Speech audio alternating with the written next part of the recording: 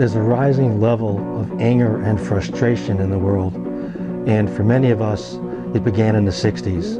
In the late 60s, with the Vietnam War, many of us gathered to tell our truths, and a lot of it came through music. I, in particular, loved Crosby, Stills, and Nash. It seemed like they spoke for us and spoke for our whole generation. In 1971, Underground News was able to interview Crosby and Nash at the Winter Soldier investigation in Detroit. Time, January 30th, the night before Winter Soldier investigation's bound to start. The place? The University of Detroit at Memorial Stadium. Right now, David Crosby and Graham Nash are preparing to hold a benefit performance. I don't feel that, music is the right arena to get into politics in that much. Like, there are some things that are emotional issues, and emotion you can talk about with music, but intellectually, politics is not a good thing for music. We're just trying to spread as many good trips as we can around, There aren't too many people in this country that are deliberately going out to try and make people feel a little better. I think we're making a positive effort. That's a better way of stopping wars than anything else. Elevate the whole human consciousness. We're just trying to get people on a good trip as much as possible. I mean, it's dark times, and if you can shed any light, go out and do it, for God's sake. It sounds corny, and we all know how bullshit. We're corny in front. We already copped out to that. But I mean, people feel good, People, aren't you corny? No, I'm Graham. Graham. The other. Oh, that's what I mean. Excuse me, sorry about that. Later, in 1990, I was able to interview Graham Nash again backstage at a concert near Chicago. I think one of the things that I'm noticing in today's audiences are kids that are enamored with the 60s.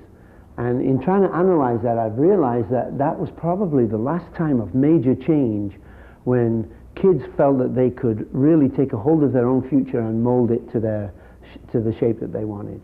And so what we wanted to do was to help support people like the Winter Soldier thing in Detroit in the early 70s, and support anti-war groups and bring awareness of the insanity of it all to the common person on the street.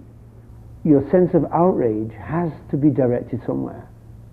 And rather than, jump on the back of, the policeman and extend the violence, I think that it was important to internalize it and externalize it as song so that we could speak about those issues in a positive way and give people another viewpoint from which to view things with.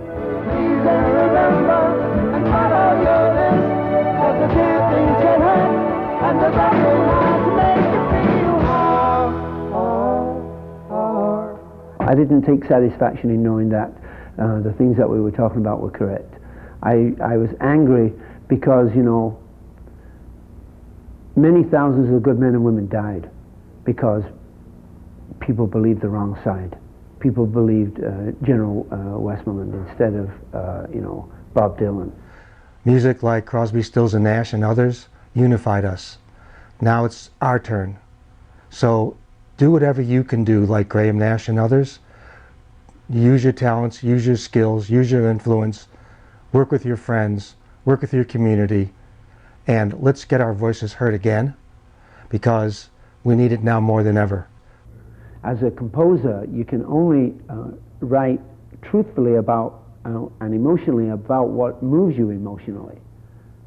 And there were so many things happening there, and so many incidents, Ohio, Woodstock, Chicago in '68, that it was impossible as communicators not to soak it in and spit it out as music. And the essence of that has not changed to this day. We're doing a countdown now to an election that'll bring us the opportunity to change the direction we're in. And as you must know, we need to change our direction. The inertia of the planet is so gigantic that to steer it in a different way takes an enormous amount of effort and an enormous time of effort. This is not an easy job. So let's organize, let's unify, and let's save ourselves. When you get into us and them, they got you. When you get into we can do it, you got it.